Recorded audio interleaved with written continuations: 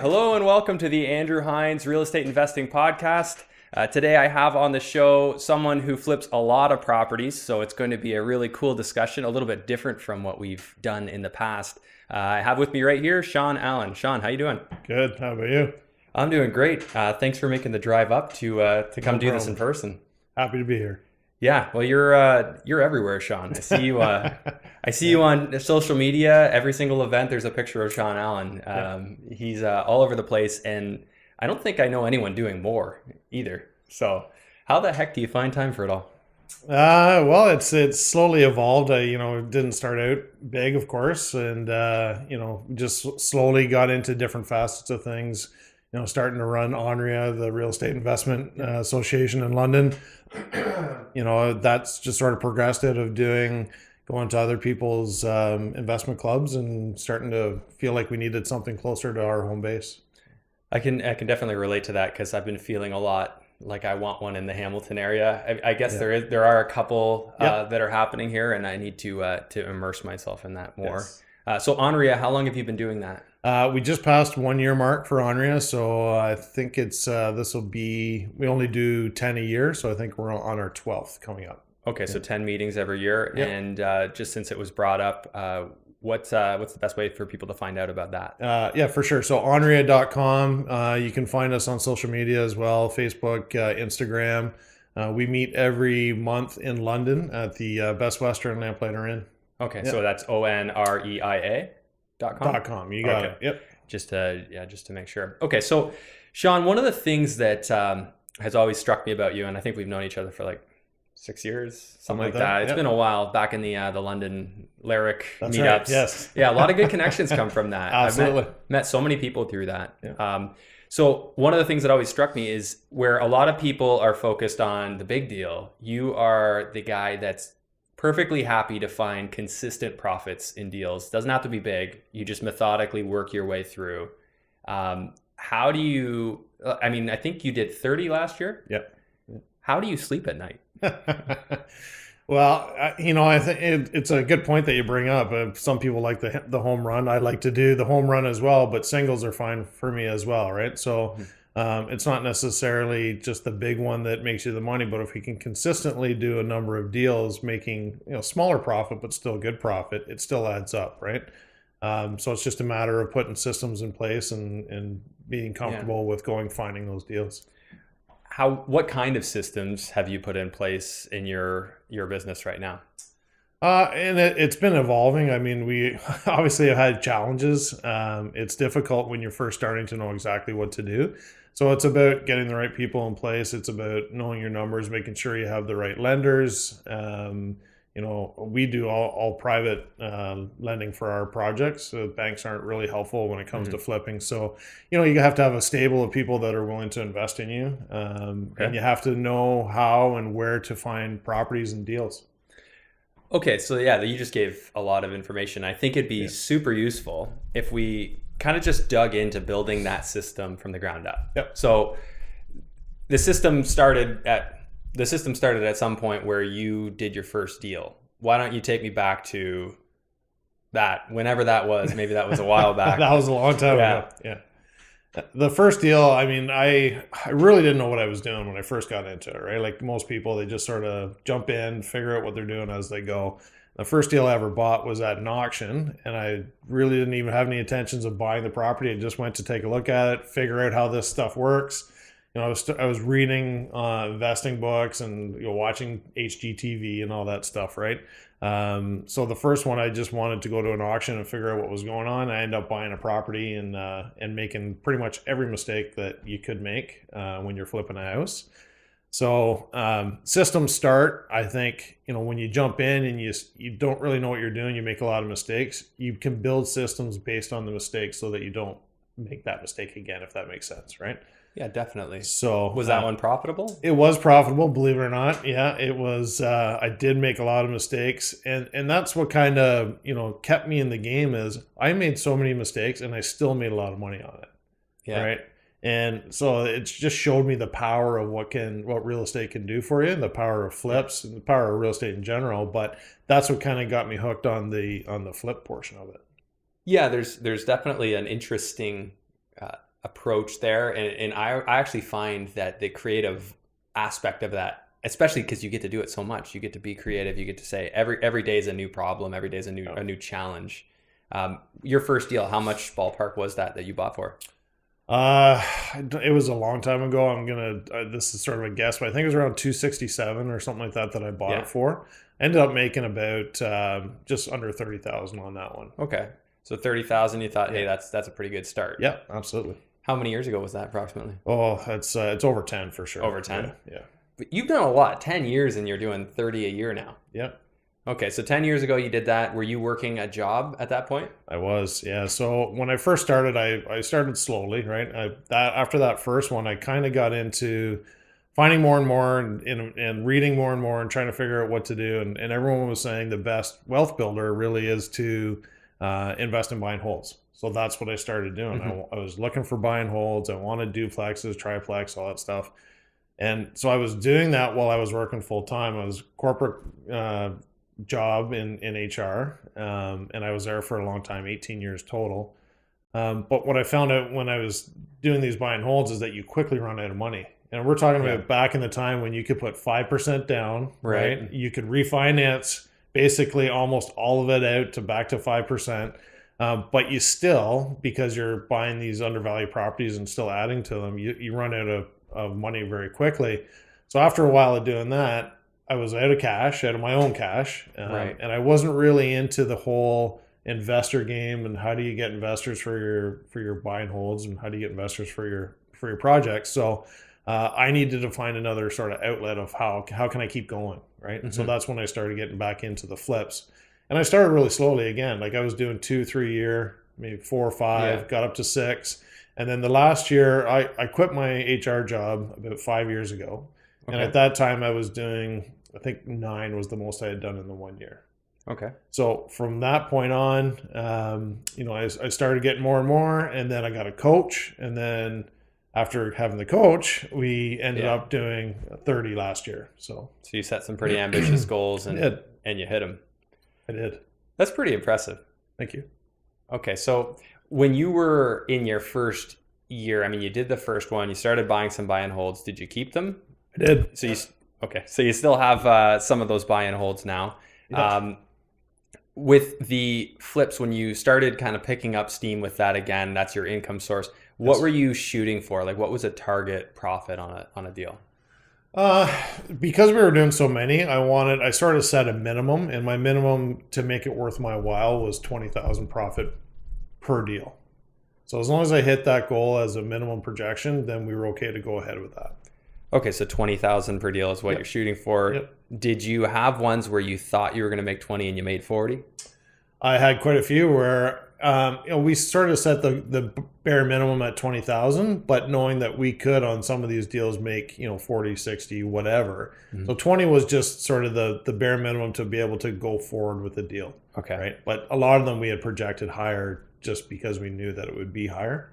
Right. So you're projecting higher. Did you have one where see, my worry, here's where, when you initially told me that, this was my first reservation, which I'm sure some people would have, is when you're kind of treading that thin line of, okay, 15, 20, well, I mean, 20,000, it should be good. But I mean, you and I both know if you get into an expensive problem, 20 grand can be eaten up pretty quick in real estate. Yeah. How have you mitigated that risk when you're looking at a flip and saying, okay, 20 grand, I'm ready to go in? Are you just playing the numbers and saying, hey, occasionally it might happen where I might lose, but generally I should be making money at this number? Yeah, and I think, in general, flipping, when you're doing real estate, there's an inherent risk in what you're doing, right? Because there's a lot of unknowns.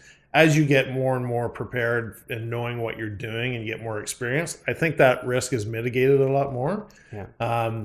When I say 20,000 is kind of the go, where we'll say we'll go ahead with the project, there is a lot of reserve in there, right? So that's kind of like the absolute worst case scenario. Oh, okay. So when I'm running my numbers, I'm saying worst case scenario, this is what happens, and this is what the numbers will come down to, 20 grand, right? Then we can move forward with that. So a lot of that risk mitigation is built into that. So give me an example of something you build into your numbers that is sort of a pad if an expense comes up. Yep. So we would pad the numbers. We would just put in like a percentage of 5-10% of just miscellaneous, right? Miscellaneous extras you can't even predict. Don't know what's going on. Don't know what's going to happen. This is the number to pad it. So if we look at an example, like say you're kind of average flip, if we kind of go right to the middle, Sure. What types of things are you doing? On an average flip, I'm usually doing, it seems like every property I do, it's a kitchen, it's windows, flooring, paint. Like that's sort of always the bare minimum. Bathroom too? Like are you doing a tile surround? Refresh or, or redo the bathroom. It's not a lot of the time where we're getting into the bigger stuff like ripping down walls or redoing drywall, although we do that a lot as well. Okay. So we sort of run the gamut, but the average one would just be like those main portions, the kitchen, bathroom, flooring. Which for anyone listening / watching, kitchen and bathroom, two biggest selling features of the money house. Makers right there. Those are your money makers, right? So it's worth investing there because that's the first place people's eyes go. I mean, drywall is drywall in a hallway, but a kitchen, that's something. So so you're always doing a kitchen. So when you're looking at your numbers there, are you saying, okay, well, I'm going to spend this on appliances. I'm going to spend this on my countertops and my cupboards. My backsplash is this, all my flooring is this, and then my toilet and my tub surround are this. So you have a number for all those things, including paint and caulking, trim, anything like that you need. And then on top of that, you're just saying, okay, let's just gross that up by another 5-10%. Correct. And when I'm doing those numbers, like if I'm itemizing kitchen, counter, paint, whatever, I'm always on the high side of that. So I'm taking that even more risk out of it by saying, so if I know it's going to be $250, like $250 for this one thing, I'm probably more on the $270, right? So I'm sort of padding it as I go on each, on each item, and then at the end there's a miscellaneous sort of grouping to it as well. Okay. So generally speaking, are you like 98% of the time coming in under your budget? Yeah, or around it. Because there's always, like you said, right? There's always something that comes up. So there's something that always eats that money up. Yeah. But if you've already padded for it, then it's easier to swallow, right? What's the worst unexpected thing that's ever come up? Oh, second worst. We just had one a little while ago where we didn't expect to have to sort of rewire the entire house. But after we got into, and this is a sort of bigger flip where we had to take out walls and we had to redo drywall and insulation and stuff, we figured out that at the end it was going to be easier and more cost effective to just rewire the house. Added a lot more money to it, but in the end it makes more sense. So by the time you get the drywall off, you're looking at the wires and saying, but if we patch this, we're going to spend more in time and materials than we would to just pay like kind of new construction rate to just rewire it. Well, not only that, it doesn't give the quality of the product as well to the end. Like we want to have a product at the end that someone can just move into and be very happy with, right? Okay. So wiring was a big one. Have you ever had, I'm trying to think, like any water or foundation related issues that have come up that you weren't expecting? Not really. We do a pretty good job of making sure we know what's up with the property before we buy it, right? And a lot of the ones, if you're actually going to gut the entire thing, it really doesn't matter because it's all coming out anyway, right? Yeah, absolutely. If you know you're just going to go take a wrecking ball while sledgehammer to it, then no worries. You don't have to look quite as hard. One thing I will say that I've always looked very closely at is, I will look around the foundation. What I'm really looking for lately is the outside of the building and how the grade slopes towards the house. Because some houses on a hill, it's just like a problem that you almost can't really get rid of. Like you're always going to have water coming towards your house. I also don't really love houses with trees around them, like big tall trees over top, because they clog your eaves troughs. Eaves troughs overflow. Clog your drains. Water starts pouring off the roof into your basement. Those are, I've had those problems before when I'm like, oh my God, like why didn't I waterproof this basement? Which is super expensive to do. But if you can set up your renovation properly, or if you can even cut down the tree that's close, definitely that's something to consider. But I would say I'll see that on a property now because I've run into it. I bought the property on the hill and then just nonstop problems with water. I'm like, never again, not buying a property on a hill. That sort of stuff scares me as well. And I try and stay away from it. I also don't like, when you're getting to about trees, a lot of times when there's trees and that there's lots of them, they're deep roots and big roots that are going to run through the drain on the outside. Yeah. It's just things that you just can't see, right? So it sort Yeah. of doesn't scare me off, but it would be something that if I was going to move forward with that deal, I'd definitely really pad the budget on that. Yeah, this is great. This is like a little what to look out for Yeah. segment, which I don't think anyone would know it better than you, because you go into the property hoping not to put in the big money. You know, Yes. you don't want to be digging up a sanitary line connection to your sewer. You don't want to do those things because those cost big money. Yeah. I've just been going through it on one of my properties too, where this is something anyone should check. If you're buying a house, is there a big tree in the front yard, and how old is the house? Because some old houses have clay drain tile for a sanitary connection, and tree roots can break right through it. Yep. And then other ones will be like the concrete cast, but then they'll have joints, and then the roots come in the joints. And that just happened at the property I just renovated, and water backed up after like 2 weeks after tenants moved in. Yeah.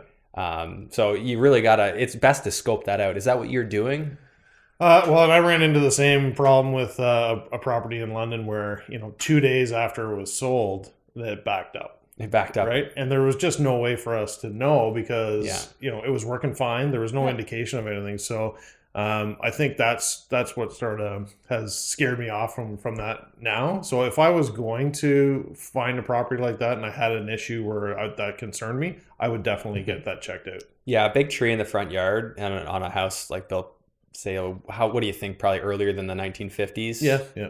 By the 50s, they were doing the concrete, which is a little better. Yeah. But before that, you've got clay tile, which is just a nightmare waiting to happen. Yeah, and if it's never been replaced since that time, like just age alone is a problem, right? So, well, what you can do now, so it's only like $200-300 to get it cameraed. Yep. So if you just know to do that when you're going in, it's worth potentially saving you tens of thousands to dig it up. So that's one thing. What I might end up doing on my property is doing this. It's like a fiberglass sleeve that they ram down the drain, and it'll go all the way out to the main sanitary sewer out on the road. Which is what we did as well. Yeah, you did that. Yeah. Okay, so what did that set you back? Geez, I don't remember at this point. I think it was like $1,000 or something. That's it? I'm not sure. Okay, can you send me your guy? Yeah. I don't even remember, quite honestly. You're doing 30 projects, you don't remember everything. Yeah, I had quotes for that, like $13,000 from like Mr. Reuter. Oh, I don't think it was that much. Probably shouldn't go with them. No, I'm getting other opinions. I'm not under like pressure to do it right now. I've cleaned out the roots, but yeah. Okay, so what are some other things that you've seen that surprised you that, it's kind of like, I learned a lesson. That was a mistake I made. I learned a lesson. I think just, and I've made so many that we really don't make the same mistakes anymore. I think we've got a pretty good system going on. But initially, I think the biggest issue that I had was I was pushing for a deal. Mm-hmm. So if I couldn't find one, I sort of pushed for it. And I wanted one so bad. I wanted to be able to still be doing something that I would force the numbers. Okay. So, you'd run the numbers and you go, oh, that's close, but you take a chance on it anyway. Whereas right now, if I run into that situation, I would never actually do it. Right. So I'm willing to wait instead of pushing a deal. So you have a critical thing that helps with patience, and that's deal flow. Yes. Which is another question I had for you is getting 30 deals a year done requires you're working on, you said about 10, I think, at a time. 8 to 10 at a time. 8 to 10 at a time. Yeah. Where are you finding these deals? Well, now it's a lot of different sources. I find I get a lot of private sent to me. So it's a lot of people just knowing what I do, either through Andrea or just through my connections or even real estate agents that are sending me stuff that aren't listed. So they'll have, knowledge about this house and, hey, would you be interested in that? A lot of stuff comes from that route. I still do MLS listings. I probably find about 30% of my deals still through MLS. So through MLS. And when you're buying them, how is it that you're seeing something you can make 20 grand on, or maybe 30, wherever you end up? How are you finding that? And you're seeing that other people are not going after those, or you're still able to, even if there are multiple offers, you're still able to make a deal. How do you find that's working? Yeah, it's a good question. I think with multiple offers, it's tough to win that, right? Because a lot of times you're getting someone who is either doing the work themselves, so they're not valuing their time and they're willing to pay more, or they're buying it for their own personal residence, so they're willing to pay more because they're going to live there. Those sort of things I don't find lucrative. I really don't even engage in throwing an offer in those ones. But back to the question of how do you find the deals? Because that's what everyone tells me. There's no deals out there, right? You can't find deals, can't find deals, but I'm constantly doing it. I'll give you a good example. The deal we're closing on Friday, it was actually listed as a commercial property, and it was listed as commercial because it has 3 houses on the same lot. So they were basically saying that it's a multifamily residential. Okay. But in essence, it's 3 separate houses.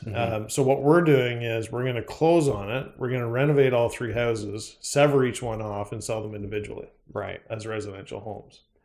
Yeah, right. That's a good spot to win, and I've seen that in the past where you can kind of find something where other people don't see the value in it because they're afraid of it. Carmen had a deal. Carmen was on an episode a few back, and she had a deal. It was a cottage on the lake that was heritage. And she didn't want to deal with it.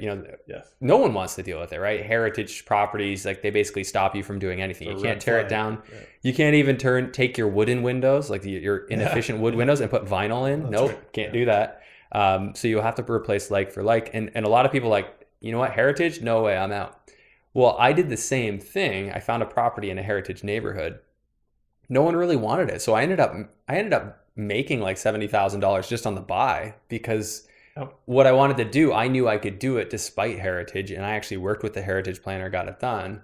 So you just had another example there of kind of taking something where other people don't really want to deal with it, and if you kind of become an expert at, severing lots, now you always have that in your back pocket. So you can go through a lawyer, you can go through the planning department.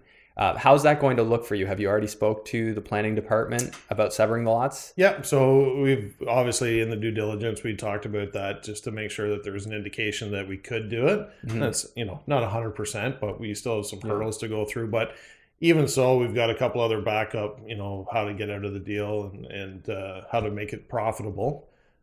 Even if we can't do that. So you have a plan B? We got plan B and plan C. So, I always say that, plan A, B, and C. And I learned that from mistakes because I've been stuck a couple of times because I only had a plan A. I imagine you learned that fairly early on. Absolutely. Well, you have to have an exit strategy, right? So if one thing doesn't work, you want to make sure you're not stuck with something that you don't want. Okay. Yeah, I agree completely. So what is your plan B in that one? You would just relist it as renovated? Would you rent it out or?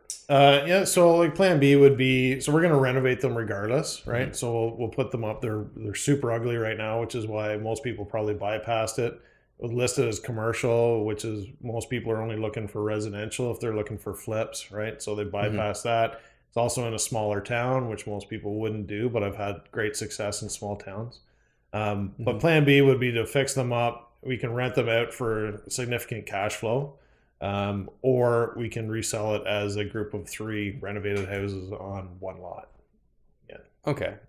Yeah. I mean, from a cash flow standpoint, I mean, if you could generate $2,000 a house, or I don't know what that market you're in will allow for, you could maybe even sell it to an investor, right? Based on the the return. Yep. That's been a big thing for me too, right? Always having that, knowing that, like when I do a property that I'm going to sell, I'm always doing it as an investment property. I know you're a bit different because you're selling a lot on the market. Yep.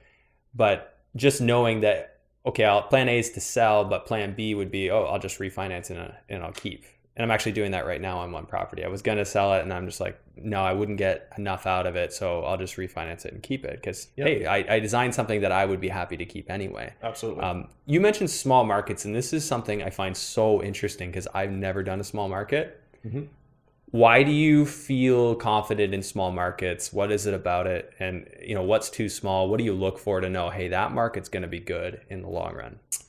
I just think if you're looking at a small market, it helps to know that area. So if you live around that area or you have good knowledge of it, that's one thing. But if there's a demand or a decent demand for residential housing in those markets, especially if it's on the outskirts of a bigger one, because they love to have that house just outside of town or a small commute away. So that they have some land, they have some privacy. I think if there's a strong demand, and you can find that out easily from an agent or just looking up the information, if there's a lot of, if it's not sitting days on market for a long time, if that's the case, then I'm more than happy to go into those markets and do it. So you'll look for you'll look for a market where what's the appropriate days on market? Like if stuff is selling in 30 days or 30 days. That's typical. I think right now even less is in the bigger markets. But if I see a small town and things are sitting for 90 days, 120 days, that's a long time to be holding your money. So that wouldn't work for me. I wouldn't be interested in that. But so do you just work backwards? So you say like the average house price is 250 on the sale or 300 on the sale, and you just work backwards. You offer the number that's going to get you there, get you your profit, and then you can still sell on, say, the low side of that market. Yeah, exactly. So we'll look at more what are the comps, maybe not the average, but what are the comps for that, and then we need to buy at 60% of the ARV, the after repair value, or less. That's typically what we're looking for. So you're shooting. So as a general rule, if you can't get it 60% or less, that's probably not going to be one to look at. Correct. And where in your discussion with sellers, like I imagine you have a lot of meetings at a dinner table, maybe with homeowners. Absolutely. How do those meetings typically go? What's your approach when you go in? Well, we're really solving problems, right? So the properties that we buy are typically, it's either distressed property or it's a distressed owner. Okay. Right? So we're there to solve a problem for them. It's a problem that they can't solve themselves. So either they can't sell on MLS because of the condition of the house, or maybe they're embarrassed about the house or embarrassed about what's happened there and they don't want to deal with the public. So they'd rather sell privately to someone. There could be significant damage, whatever the reasons are. They inherited a house and they just want to get rid of it. There's all kinds of reasons why people sell these homes under value. And it's not really under market value. It's under after repair value, right? So they're not willing to put that extra in to bring it to that value, which is why you get it where you do. So the conversation really it's framed around how can we help you? Is that what you come in as a starting line? And that's the way you have to think of it, right? You're helping them out of a situation, but you still have to maintain what your numbers are. You still need to get it, and a lot of times it doesn't work, right? We can't make a deal happen because they want too much for where they're at, or whatever the reason is, right? Do you take the meeting regardless? Like you always do the face-to-face meeting before you ever talk numbers?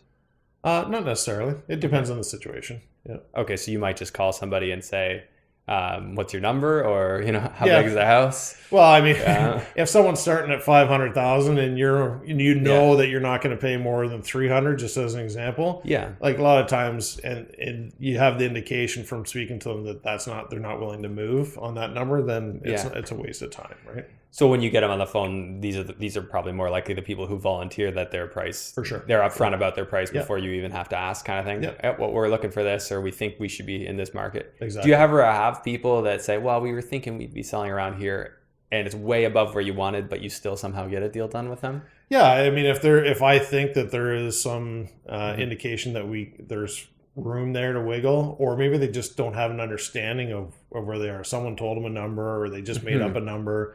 But when you show them what things are going for, what the repairs are, et cetera, there's a medium ground or a middle ground for a lot of that. So how are you, because you're not a realtor, correct? I'm not, no. How do you come in and show them comparables? Because I know in the past, I've had a realtor friend that I've asked, try and get some things prepared. But I've often got this feedback from people, well, I just want to check with my realtor first. And usually when they check with their realtor is like, oh, you definitely want to list that. Yeah. Which I'm like, damn, foiled. Yes. How do you deal with that? Do you come in with comps because you have a really good realtor friend? Or is this a realtor that you end up using when you sell the property? How does that relationship work there?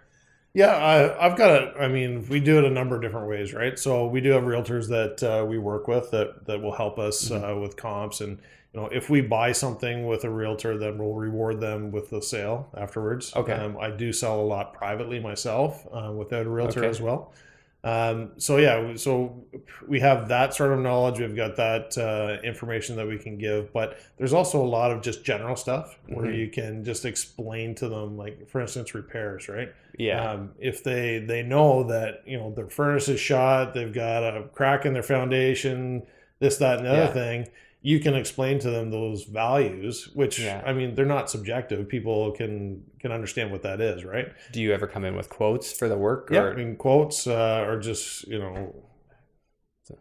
information, right? Just Yeah. so that they have it. They can do their own, and we're not pushy, right? So, if this works for you, great. Do your homework, make sure this works for Yeah.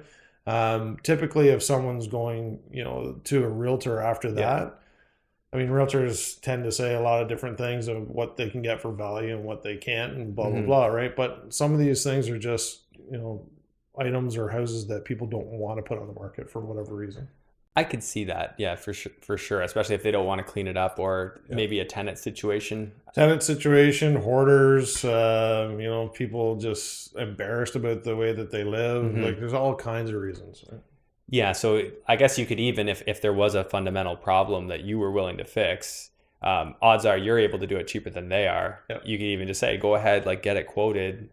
You can confirm these values for yourself, but this is going to be, if we're working, this is the profit I need to make. Yes. And, this is where I need to get it. And, less what I have to put into, these major things that have to be fixed. Yeah. And I think flippers sometimes get a bad name, right? Because there's a misconception, I think, that when we're buying these houses so far under ARV so that we can make money, that we're taking advantage of people, right? Right.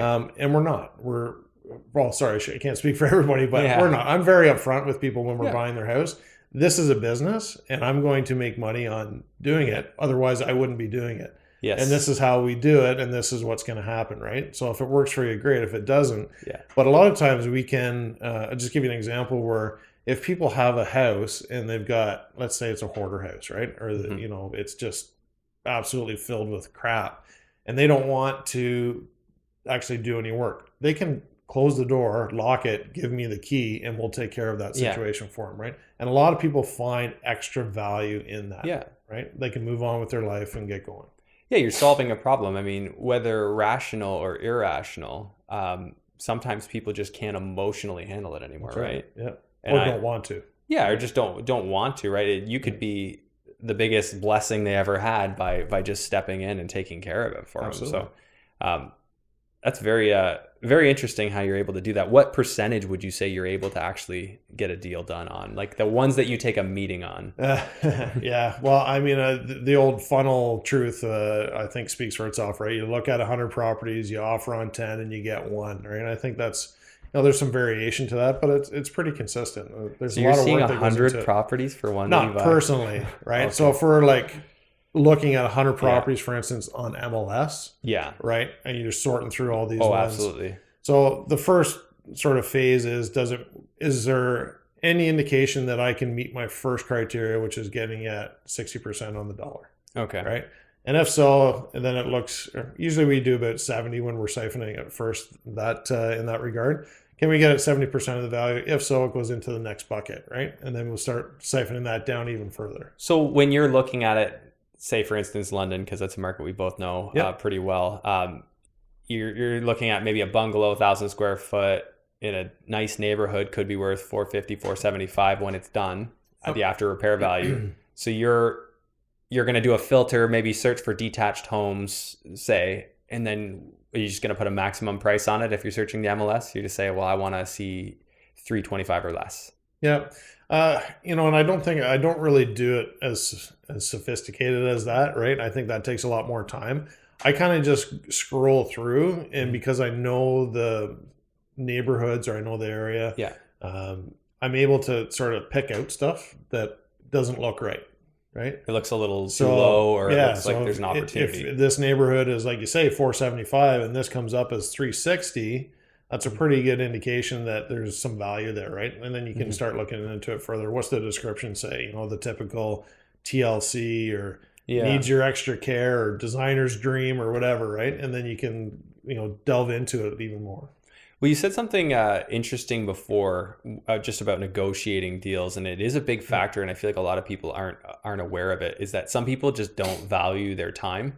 Absolutely. And a lot of these properties that go into bidding wars, they end up selling for an absolutely unreasonable number. Mm-hmm. Like I went in and saw one, and if I had done all the work myself and literally just worked for free and did everything, I still probably would have made like zero. Like I could have done the whole thing for zero profit.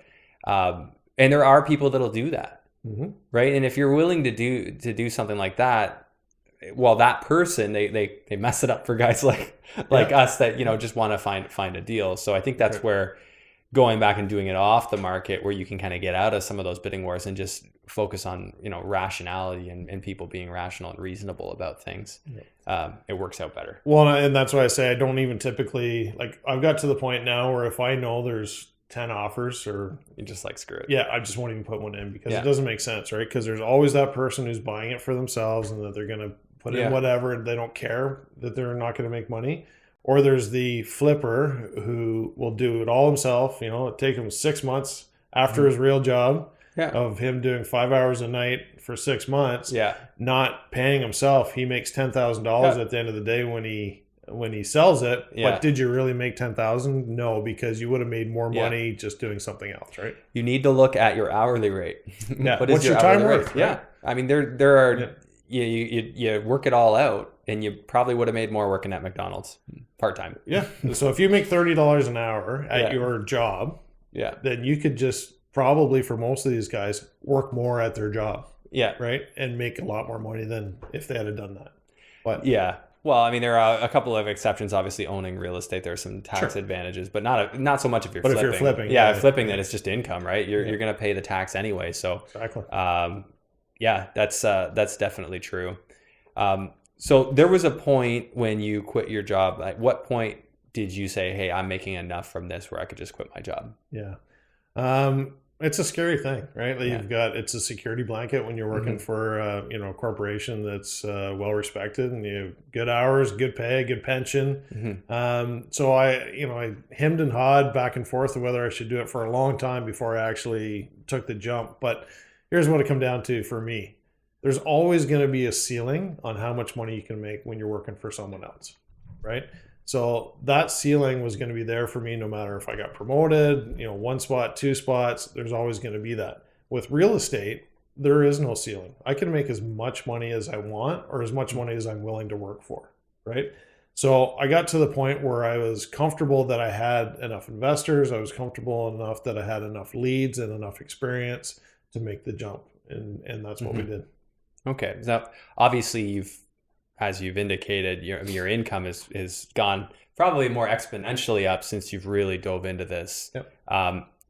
What's driving you to do this? Like, what's your goal with it? What are you trying to achieve, if you don't mind me asking? Yeah.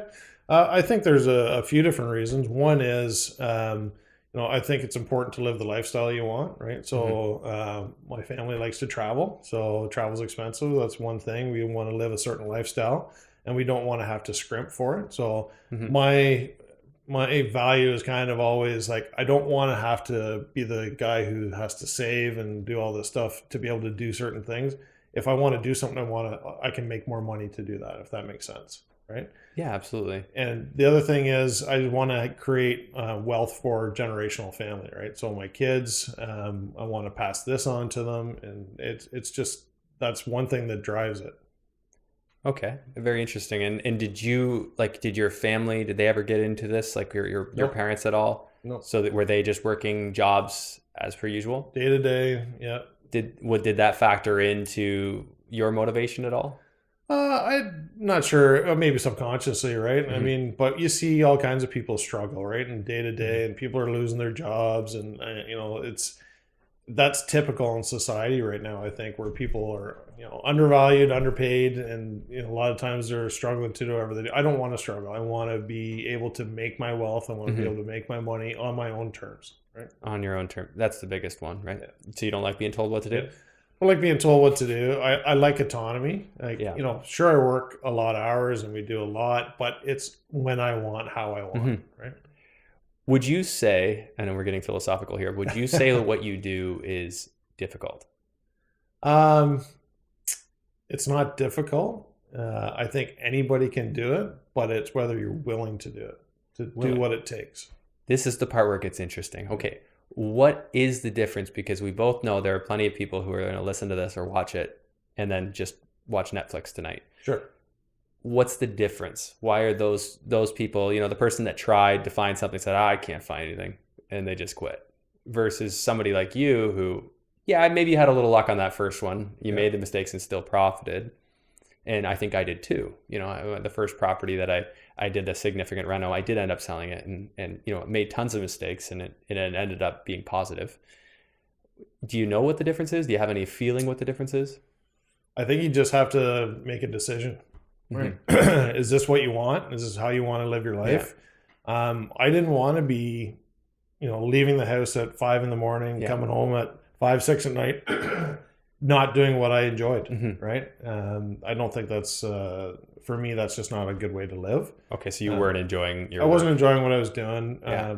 Along with the money part of, having a ceiling. Yeah. And I think just together, you kind of have to, putting that all together, you have to make a decision, and then once you make that decision, it's really about the effort and dedication to do it, right? Yeah, absolutely. I think that that people have that little breaking point sometimes. You hit that. For me, I don't know if it was I've had a couple little breaking points where I've hit, and I'm like, okay, it doesn't really matter how much work this is going to be. It's just worth it, no matter what. If I need to stay up all night or sleep in a house while it's being renovated, I'll do those things because it was too painful not to do it. That's right. Yeah. And I think that Tony Robbins, I think it was, said that you either need to be more obsessed with where you're going or rub salt in the wound more or less of what you don't want, focus on what you don't want and just how much that sucks. If you need some motivation, that's right. How will what I'm doing right now keep me where I am? Well, pain is more of a motivator than pleasure, right? So, it almost is because pleasure is so ambiguous, there's lots of things we enjoy, but we know, most people, there's a real, it hits home kind of pain. Yeah. I know a friend of mine, I've been trying to get him on the podcast. He won't do it, but he was working as a mechanic, and he was leaving every morning before his daughter woke up. And then by the time he'd get home, with traffic and all that, so he's like 6 a.m. out the door, she's not up. And by the time he gets home at like 7, 8 o'clock, she's already in bed. Yeah. And he was literally not seeing his own daughter.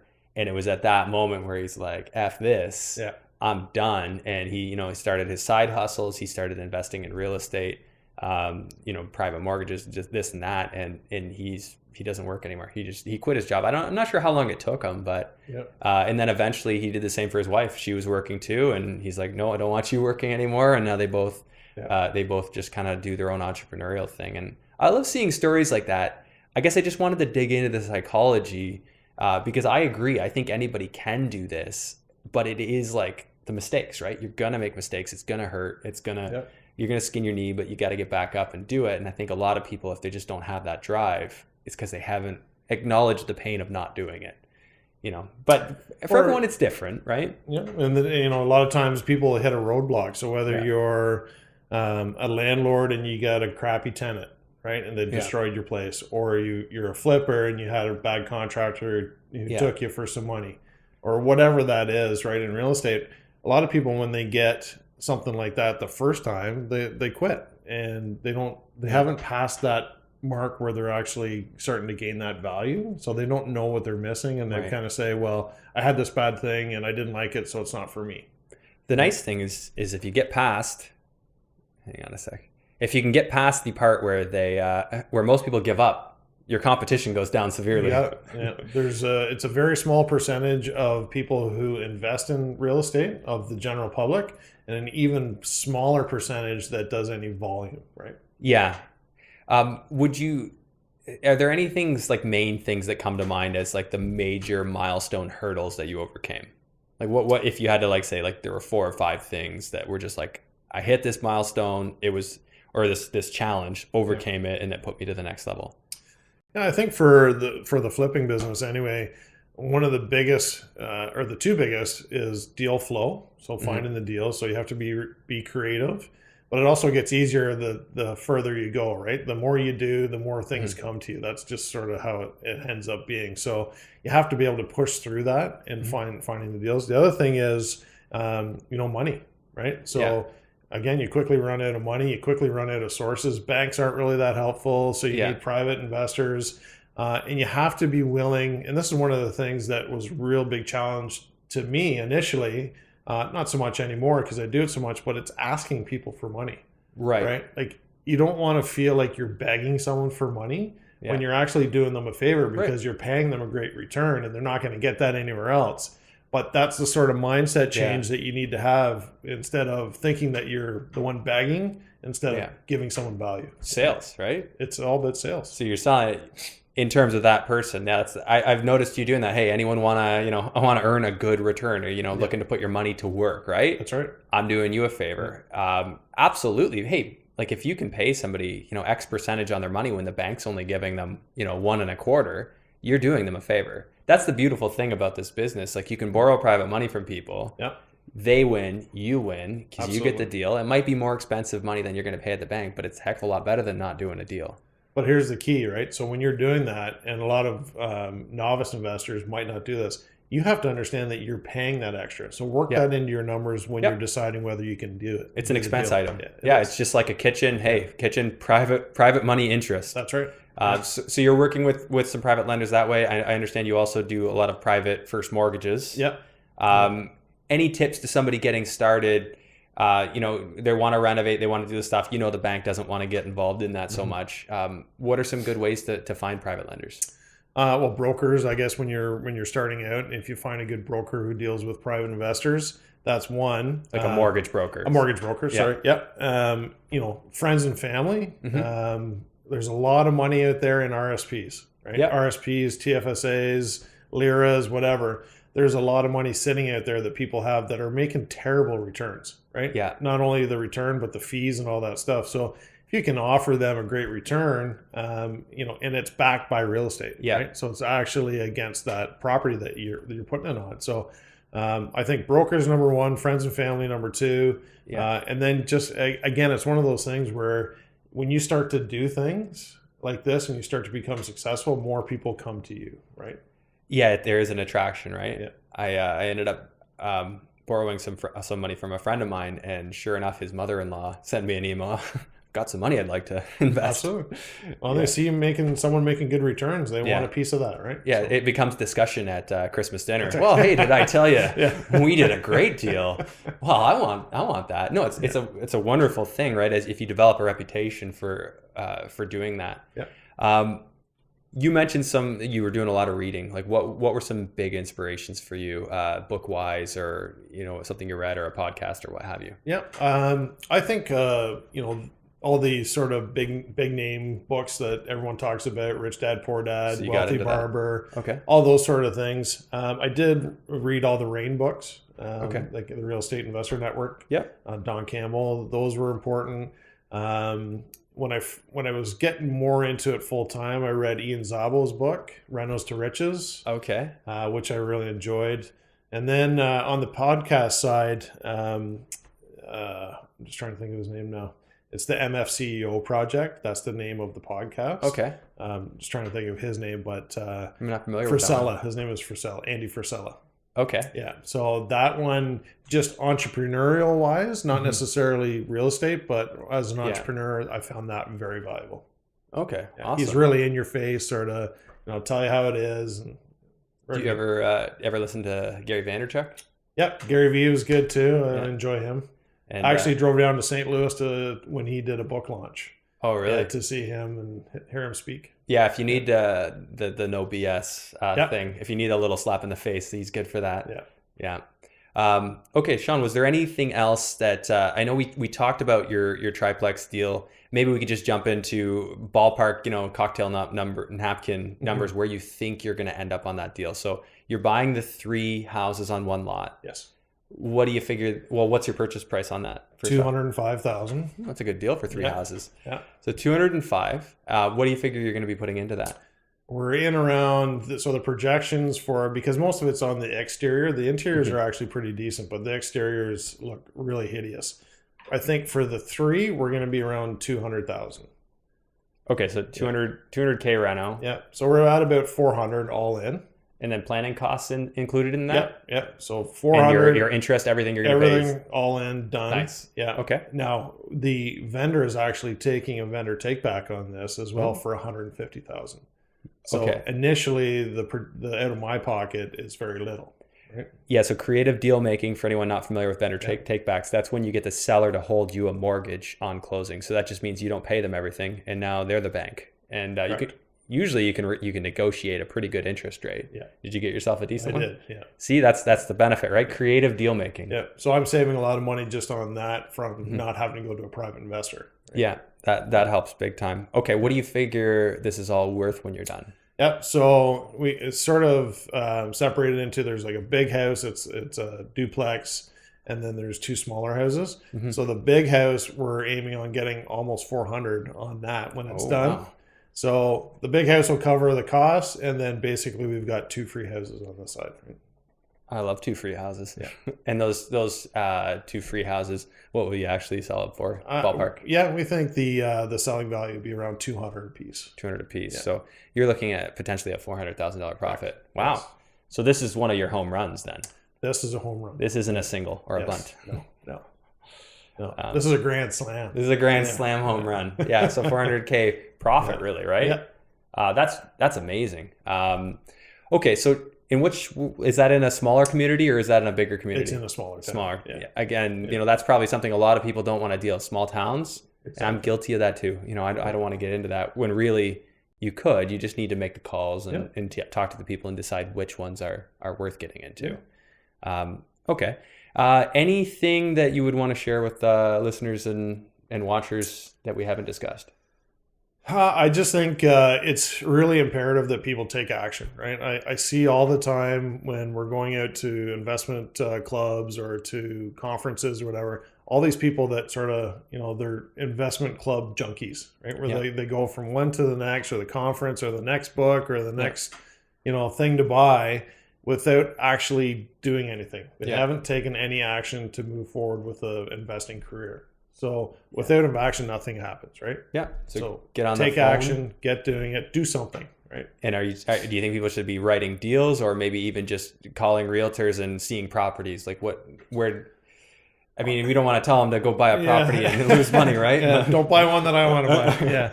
I think, anything that you can do to actually move forward. So it takes, like, if you want to take actual action, then writing an offer is going to get you closer to buying a house than not writing an offer. Yeah. Right. Even writing one that is maybe a little lower than what it might go for. You never know for sure. Right. Well, you get in the practice of actually doing that. Right. Yeah. So it becomes, second nature to keep doing these things, and then eventually you'll get a deal and you'll actually move forward again.